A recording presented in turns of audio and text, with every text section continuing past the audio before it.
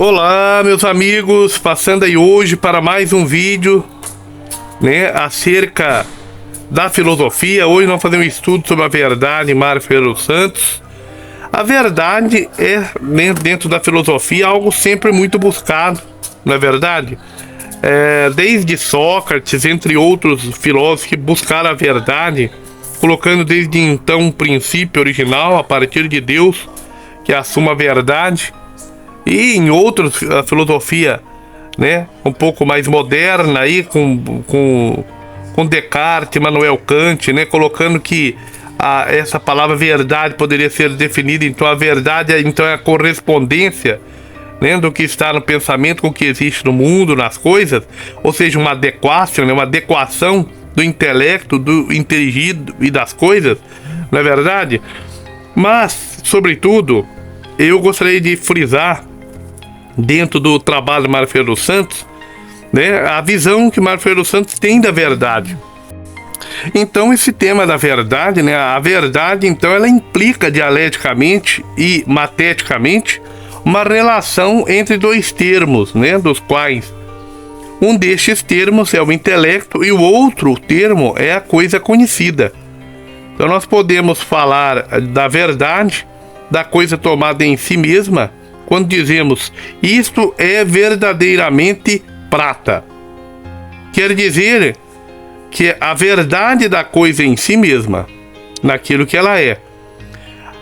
Mas a verdade a qual quero me referir nesse momento é o objeto principal da ciência, é aquela verdade relativa ao nosso intelecto, é aquela verdade que nosso intelecto pode obter da coisa, que é sempre uma adequação, uma adequação intencional da nossa intencionalidade e da nossa esquemática com a coisa.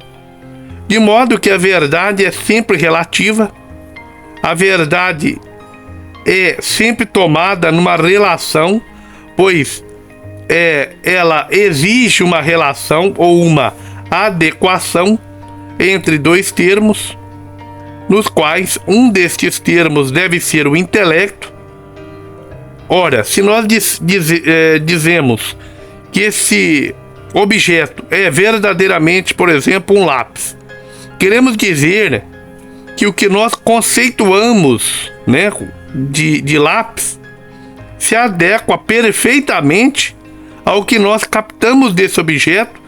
Então é verdade o que nós captamos de lápis dentro desta relação, o que não impede que esse objeto possa ser visto na sua verdade de outras maneiras distintas, ou de ser captado de maneira muito distintas que a nossa, por outros entes que terão outros tipos de verdade. Mas as verdades de outros tipos, que têm outras possibilidades, não nega a nossa, porque a nossa é válida dentro desta relação de cognoscens e cognotum, ou seja, de cognoscente e coisa conhecida. Então, sem dúvida alguma, o homem busca em sua vida duas coisas: a verdade das coisas, conhecê-las e dominá-las, e nisso também faz eco ao livro de Gênesis 1, 28 e 29, que Deus abençoou o ser humano quando criou, disse: sejam fecundos, multipliquem, encham, submetam a terra, e domine os peixes, o mar, as aves do céu, todos os seres vivos que rastejam sobre a terra. Isso fica claro que aí vem o nosso desejo natural de domínio, de conceituar, de dar nome às coisas. Então o homem busca a verdade, o domínio sobre as coisas, conforme isso é uma tendência natural do ser humano. E toda a busca da verdade nos dará o seguinte: nós encontramos certas verdades que serão evidentes para nós sem a necessidade de nenhuma operação, como por exemplo o uso de um termo, dos termos médios para alcançá-las. Bom, elas se tornam para nós evidentes, e as verdades evidentes para nós são as verdades persianotas, que constituem propriamente as verdades que pertencem à axiomática, e o terreno da axiomática em todas as ciências nós encontramos que se busca na matese, que é aquela que se atinge pela contemplação sapiencial, ou seja, a contemplação sapiencial, que nós estudamos na matéria. Para quem ainda não meditou ou estudou o tema com o devido rigor, é, na verdade, a sabedoria suprema que o filósofo anseia conhecer, mas a sua limitação e os meios imperfeitos que dispõe não lhe permite uma intuição direta e imediata.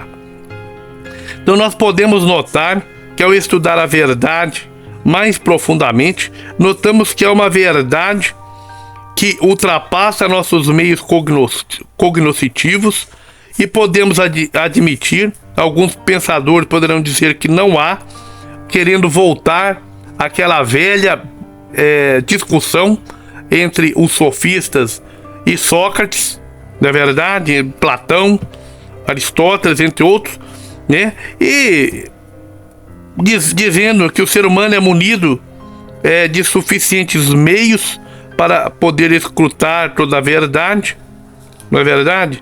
Então toda a verdade seria escrutável, mas nós podemos permitir mateticamente dessa divisão prévia de que possa haver uma verdade inescrutável, uma verdade pela qual o ser humano, por mais inquisições que se faça e perseguições que se faça, não pode alcançar. Sendo assim, essa verdade inescrutável nós poderíamos dividir em duas: uma que fosse inescrutável e revelada, que não fosse revelada para nós de modo algum, a qual nós teríamos que atribuí-la como conhecida, não é verdade, de um ser supremo, que seria então a DEI, né, ciência de Deus, né, aquela que nos é transmitida, ou outra que é revelada, que é aquela que é escrutável por nós, mas que essa verdade é revelada através, sobretudo, por exemplo, das Escrituras, não é verdade? Quer dizer que todas as religiões se colocam na posição de que há uma verdade inescrutável, não é verdade? Então, por exemplo, a nossa tradição, nós temos aí a cultura judaico-cristã, por assim dizer, né? A Bíblia, a Sagrada Escritura, né? Antigo e Novo Testamento.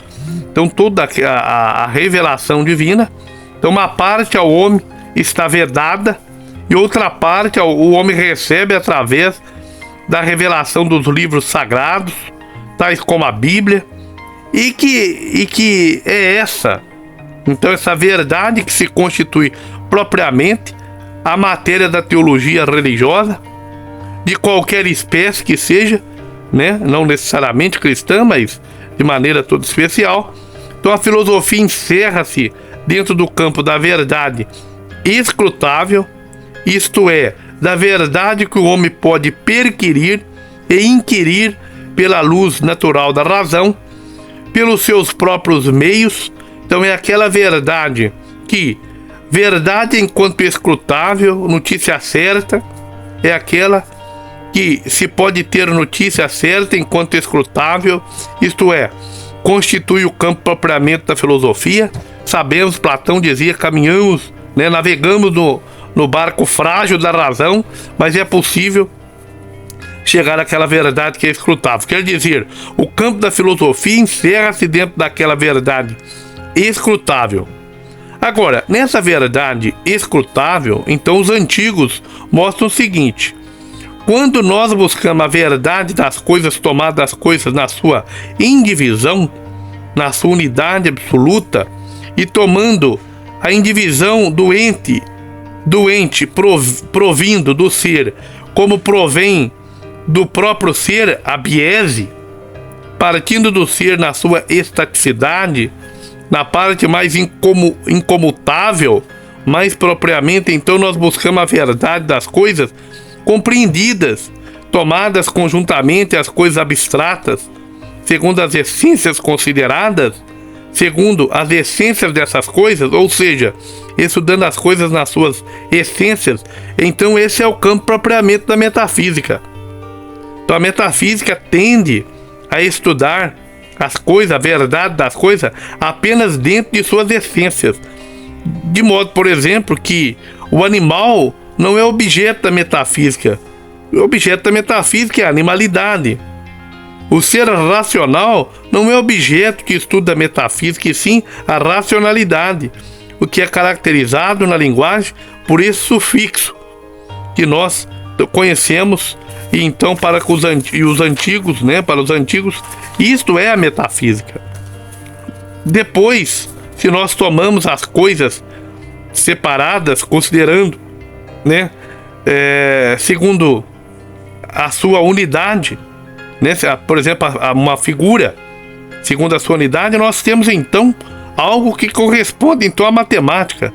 E depois, se nós consideramos as coisas concretas, segundo a sua natureza, isto é, o princípio de sua ação, por exemplo, o ser humano considerado na sua natureza, tendo corpo e tendo mente, e o psiquismo, que é o princípio de onde ele nasce, de onde o homem se forma, constitui o nascimento do homem. Esta ciência é a física, com todas as suas divisões, né, com todas as suas ciências subalternadas. Então agora, as verdades das palavras, né, porque o ser humano usa tudo, para tudo isso, termos, palavras, vozes. Então a verdade das palavras já é em divisão do ente para o ser. Então, porque nós usamos as palavras nos dirigindo para o ser, para alguma coisa. Então nós empregamos este termo para indicar e apontar alguma coisa, ou seja, a palavra não é a realidade propriamente dita, mas deve esta apontar a realidade mesma. As palavras é um indicativo que deve indicar a realidade, né? Ela não substitui a realidade, não é verdade? Já dizia Aristóteles, né? O cão que late não morde. O cão morde, mas a palavra cão não. A palavra cão não morde. Então, ela indica a realidade, né? Isso é um erro também, muitas vezes, dos filósofos modernos. Então, para significar, e nisso também cumpre um dom natural do ser humano, que é dar nome e significado às coisas. Então, para quem desejar aprofundar sobre esse assunto, né? Por exemplo, vai lá na passagem bíblica de Gênesis 2, 19 e 20, e tá lá, né? Então, Javé Deus formou o solo, todas as feras e todas as aves do céu, e as apresentou ao homem para ver com que nome o homem lhe desse. Então, o homem deu então nome a todos os animais, as aves do céu, a todas as feras. Então, voltando aqui, então o homem usa das palavras, das conceituações, né, para dar nome às coisas que estão na sua realidade. Então, voltando a verdade das palavras, compreendida segundo o seu aspecto puramente discursivo, isto é, dentro do discurso humano, então na sintaxe, na semântica, etc., constitui propriamente, então, a ciência específica, então a gramática. Se nós tomamos inquisitivamente e se nós inquirimos mais profundamente o sentido das palavras, sua significação, nas suas revelações, vamos descobrir as leis lógicas. Temos aí então a lógica. Mas se estudamos as palavras nos seus meios persuasivos, nos seus meios de convencer, nós estamos aí então no campo da retórica. Então nós vemos que a dialética se coloca entre o inquisitivo e o persuasivo.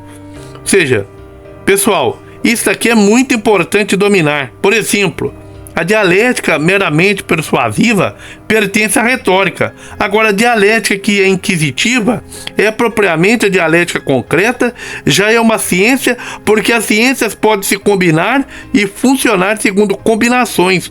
Ou seja, a dialética é o método científico por natureza.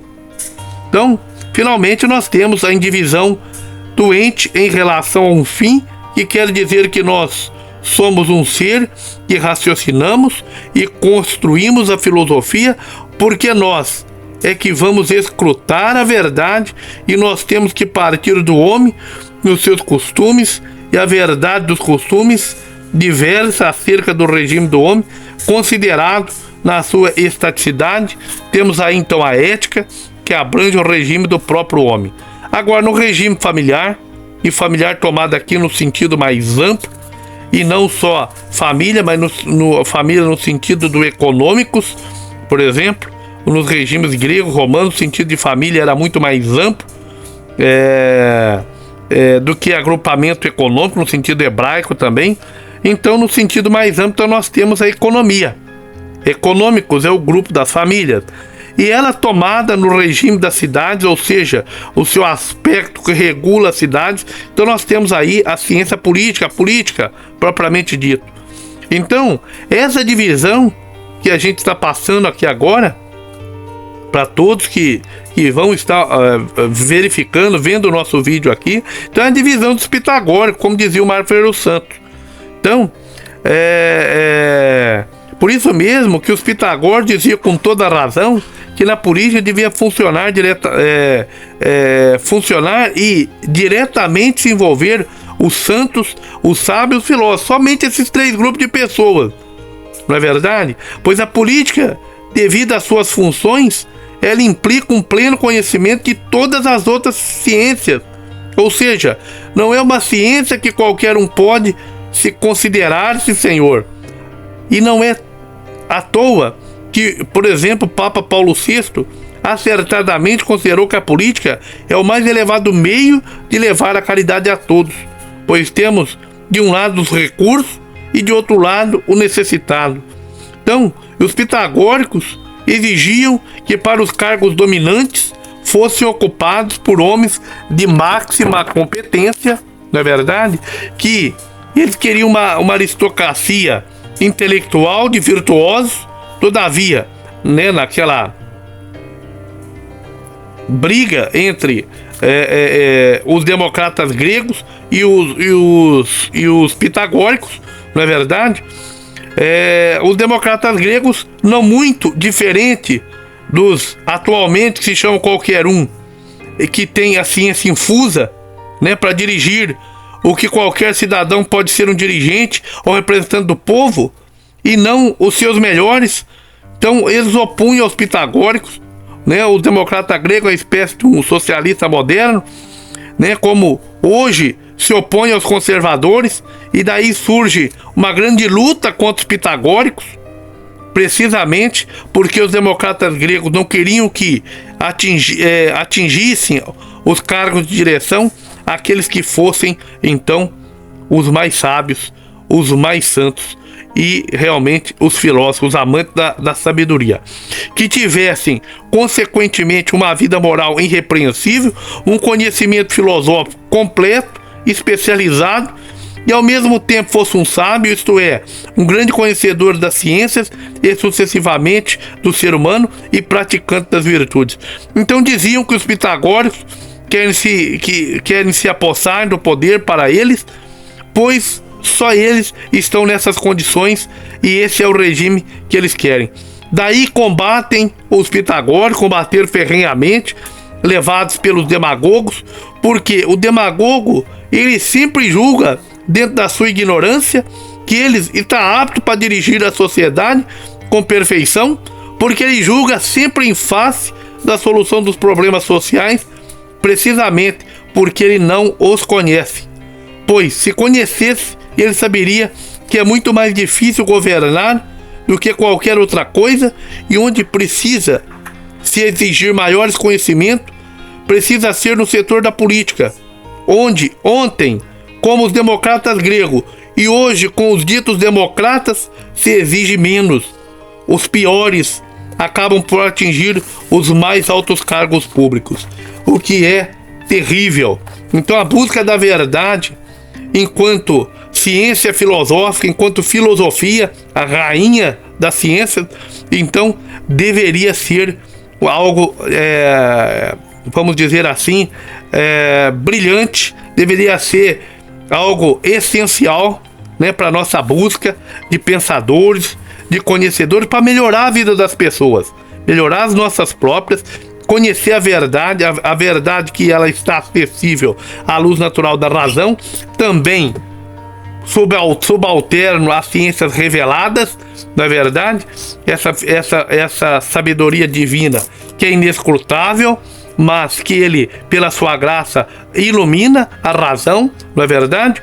E possamos chegar realmente como chegou Santo Tomás de Aquino, enfim, toda a escolástica, em grande conhecimento do ser humano, em grande conhecimento psicológico, em grandes conhecimentos da fé. Nós podemos dar passos de gigante, passos largos. Então, mas aquilo que é escrutável dentro da filosofia, buscar como Sócrates buscou, essa verdade escrutável dentro de cada ciência subalterna e buscar excelência para elevar o ser humano do nível que está para um nível muito melhor. Então é preciso autoeducação. Autoeducação. É preciso se conhecer. Conheça-te a ti mesmo. Conhecendo a mim mesmo, sei que sei muito pouco. Sei que nada sei, e a partir disso, com humildade, com serenidade e com a luz da graça, conhecer muito mais. Um grande abraço a todos, muito obrigado, tchau, tchau. Curta e compartilha.